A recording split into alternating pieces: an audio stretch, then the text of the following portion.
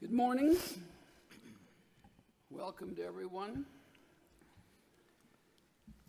As you know, this is the first of several rounds to renegotiate the North American Free Trade Agreement.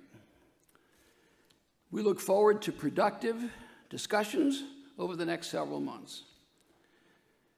We will now hear opening statements for this ministerial session of the negotiations. Minister Freeland will speak first, followed by Secretary Guajardo. I will speak last. Following the statements, our negotiators will move to the meeting rooms elsewhere in the facility to continue the negotiations in earnest.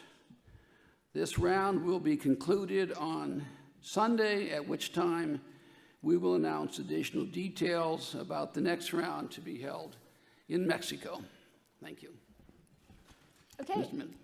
Well, thank you very much, Bob. Thank you for your hospitality, and I would like to thank our American neighbors for their great hospitality here.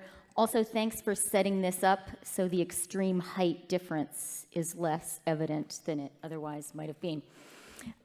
Okay, I'd like to start by showing everyone a set of photos.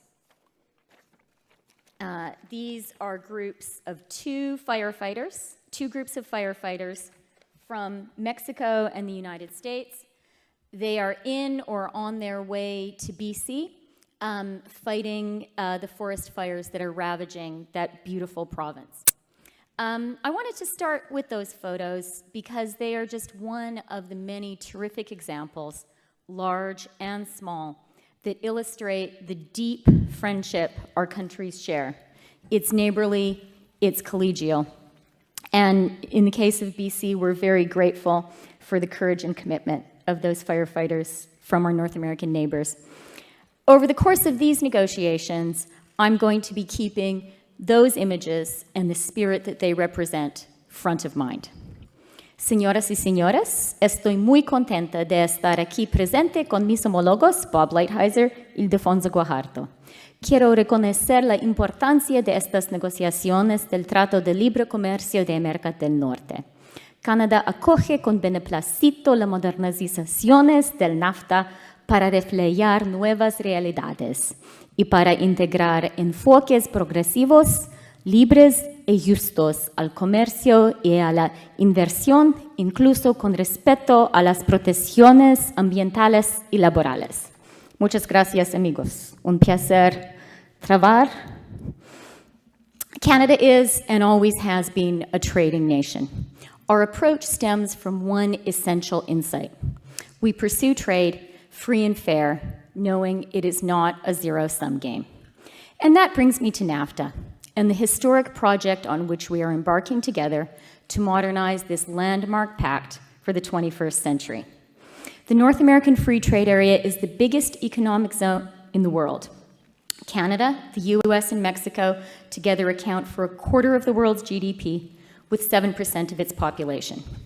According to Canadian economists, Canada's economy is 2.5% larger every year than it would otherwise be, thanks to NAFTA.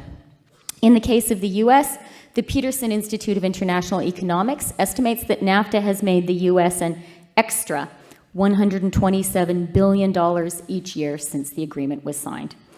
Now, Canada doesn't view trade surpluses or deficits as a primary measure of whether a trading relationship works. Nonetheless, it's probably worth pointing out today that our trade with the US is balanced and mutually beneficial. In 2016, Canada and the United States traded $635.1 billion US dollars worth of goods and services. And that exchange was almost perfectly reciprocal. In fact, the United States ran a slight surplus with us of $8.1 billion US dollars. And it is worth pointing out that we are the biggest client of the United States. Canada buys more from the US than China, the UK, and Japan combined. Trade is about people. It's about creating the best possible conditions for jobs, for growth, and for prosperity. And that's why we are very committed to working hard in the coming weeks and months to modernize NAFTA. Canada's objectives are clear. We want to protect NAFTA's record as an engine of job creation and economic growth. We will work to modernize NAFTA to bring it up to date. We're going to take advantage of this opportunity to cut red tape for businesses and to harmonize regulations. We're going to work hard with our partners to make NAFTA more progressive, particularly with regard to labor, the environment, gender, and indigenous rights.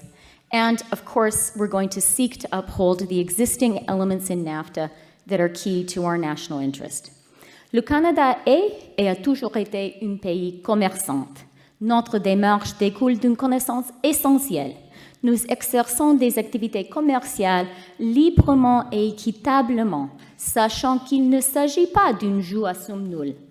Voilà qui m'amène à l'ALENA et du projet historique que nous lançons en collaboration avec nos voisins afin de moderniser cet accord historique en fonction du XXIe siècle.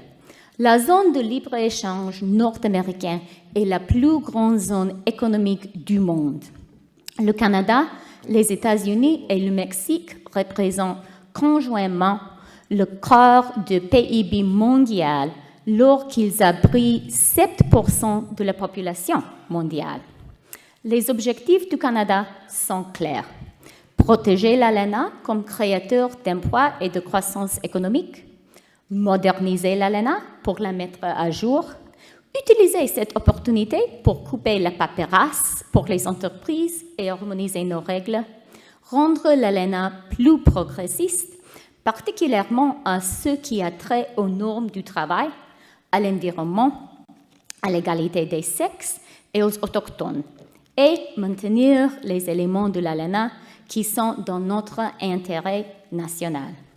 Les relations économiques entre le Canada et les États-Unis sont les plus importantes, les plus efficaces et les plus mutuellement avantageuses du monde entier.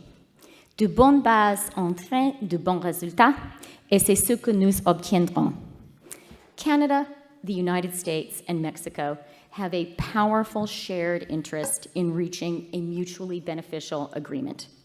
Strong economic fundamentals are a compelling argument for bolstering what works and improving what can be made better. Good fundamentals lead to good results, and that is what I'm confident we will achieve. Thank you. Merci.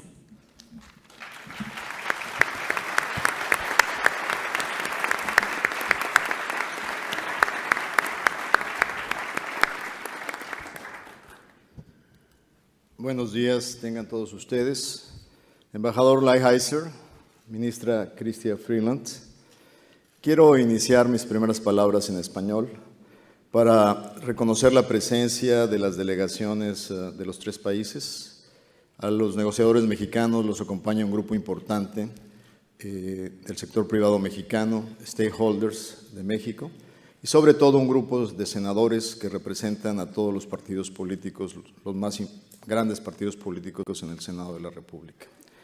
Creo que este va a ser un proceso transparente que nos acompañará a través de todo el proceso de negociaciones, porque hoy, sin duda, una parte importante es compartir los avances en negociaciones internacionales. Gracias a los miembros de la prensa por acompañarnos el día de hoy. Since its enforcement, NAFTA has been more than a trade agreement. It had made us think of ourselves as a region. By means of NAFTA, we advanced from only sharing the geography to shaping a common vision of North America. We have walked a long way over the 2 decades, and right now, despite our success, we have to ask ourselves if this model of integration responds to today's reality. So, here we are, once again, as we did back in 1991, face to face, willing to renew our North American partnership. The process we begin today is not about going back to the past, but is looking into the future. Mexico believes that NAFTA has been a strong success for all parties, and we also agree that there is room for modernization in order to make this agreement even more successful. The issue is not tearing apart what it has worked, but rather how we can make our agreement work better. The issue is not tearing apart what has worked. And as Ambassador Lighthizer said in a hearing with the Ways and Means Committee just a couple of months ago, and I quote him, "Our objective is to have more trade, no less trade. And our objective is to, first of all, do no harm." End of quote. For a deal to be successful, it has to work for all parties involved. Otherwise, it's not a deal. Mexico is committed to obtain a win-win-win for all three countries. Mexico comes to this negotiation to play a constructive and proactive role, with a commitment to advance our interests and goals without risking what we have achieved as a region. From Mexico's perspective, we should look into the future by making sure that this negotiation process achieves the following objectives: strengthen North American competitiveness, advance towards a more inclusive regional trade, take advantage of the 21st century economy so we can embrace innovation and not stop innovation, and promote certainty for trade and investment in North America. 2 decades ago, we were pioneers in shaping an agreement to change the international architecture of trade. This time, we have the chance to be pioneers again, reshaping the way we interact, redefining our region, reinventing ourselves to make a positive contribution to the international trading system. Let's not be mistaken.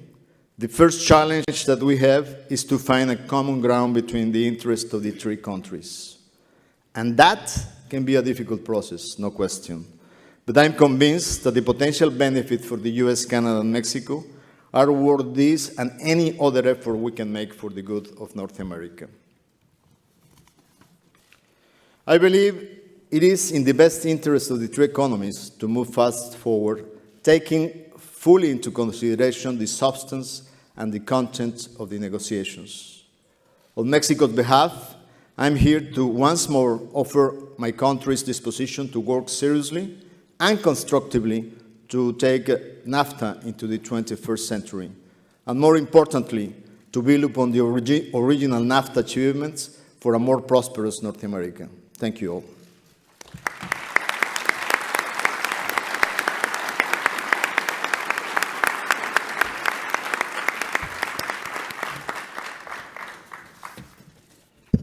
Well, thank you very much, Minister Freeland and Secretary Guajardo, for your comments, and I would also like to thank you for coming to Washington to begin these negotiations, making the trip down here. I look forward to working together and building on what is already a strong friendship, both personally and also between our countries. I expect we'll be spending a lot of time together in the months ahead. This is an historic day for the United States. Today, for the first time, we will start negotiating to revise a major free trade agreement. American politicians have been promising to renegotiate NAFTA for years, but today, President Trump is going to fulfill those promises. I want to thank members of Congress and their staffs who have helped lay the groundwork for these negotiations. We look forward to working with them now and in the future as things proceed. I would also like to thank the members of our advisory committees and other stakeholders who have given USTR their thoughts about how this agreement can be improved. We held 3 days of hearings, and we received testimony and comments from thousands of stakeholders. Their suggestions are critical to our process, and we appreciate everyone's help. First, I know we all agree that NAFTA needs updating. It's a 23-year-old agreement, and our economies are very different than they were in the 1990s. We need to modernize or create provisions which protect digital trade and services trade, e-commerce, update customs procedures, protect intellectual property, improve energy provisions, enhance transparency rules, and promote science-based agricultural trade. In each of these areas, hopefully, we will develop model provisions that can be used for years ahead and that have the flexibility to adapt to future innovations that we can't even imagine at this point. This is an important part of our process. After modernizing, the tough work begins.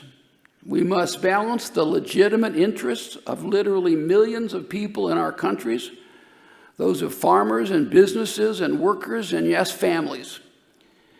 Many Americans have benefited from NAFTA. For many of our farmers and ranchers, Canada and Mexico are their largest export markets. Americans send billions of dollars of corn and soybeans and poultry across our borders to dinner tables throughout North America. These are hardworking people with families who ask little from their government. Many are particularly vulnerable today because of low commodity prices. I've always thought that communities along our border have a particular equity in this agreement. In many cases, their lives, businesses, and families are very much on both sides of the dividing line. They too are hardworking men and women trying to raise a family and accumulate wealth. We must keep their interests paramount. But for countless Americans, this agreement has failed. We cannot ignore the huge trade deficits, the lost manufacturing jobs, the businesses that have closed or moved because of incentives, intended or not, in the current agreement. The numbers are clear. The U.S. government has certified that at least 700,000 Americans have lost their jobs due to changing trade flows resulting from NAFTA. Many people believe that the number is much, much bigger than that. In 1993, when NAFTA was approved, the United States and Mexico experienced relatively balanced trade. However, since then, we have had persistent trade deficits. In the last year, totaling nearly $57 billion. In the auto sector alone, the U.S. has a $68 billion deficit with Mexico. Thousands of American factory workers have lost their jobs because of these provisions. In recent years, we have seen some improvement in our trade balance with Canada. But over the last 10 years, our deficit in goods has exceeded $365 billion. The views of the President about NAFTA, which I completely share, are well known. I want to be clear that he is not interested in a mere tweaking of a few provisions and a couple of updated chapters. We feel that NAFTA has fundamentally failed many, many Americans and needs major improvement. Here are some of the examples of what I believe need to be changed. We need to assure that the huge trade deficits do not continue, and we have balance and reciprocity. This should be periodically reviewed. Rules of origin, particularly on autos and auto parts, must require higher NAFTA content and substantial U.S. content. Country of origin should be verified, not deemed. Labor provisions should be included in the agreement and be as strong as possible. The agreement should have effective provisions to guard against currency manipulation. The dispute settlement provisions should be designed to respect our national sovereignty and our democratic processes. We should include provisions to guard against market distorting practices of other countries, including third-party dumping and state-owned enterprises. We should assure that there is equal access and reciprocity in government procurement and agriculture. These are just a few examples of key priorities for the United States, but I think they are sufficient to show that our task is a very difficult one. On the other hand, the stakes are high for all of our citizens, and the benefits of a good agreement can be substantial. My hope is that together we will produce a result which moves us to freer markets, fairer and balanced trade, and stronger ties between our three countries.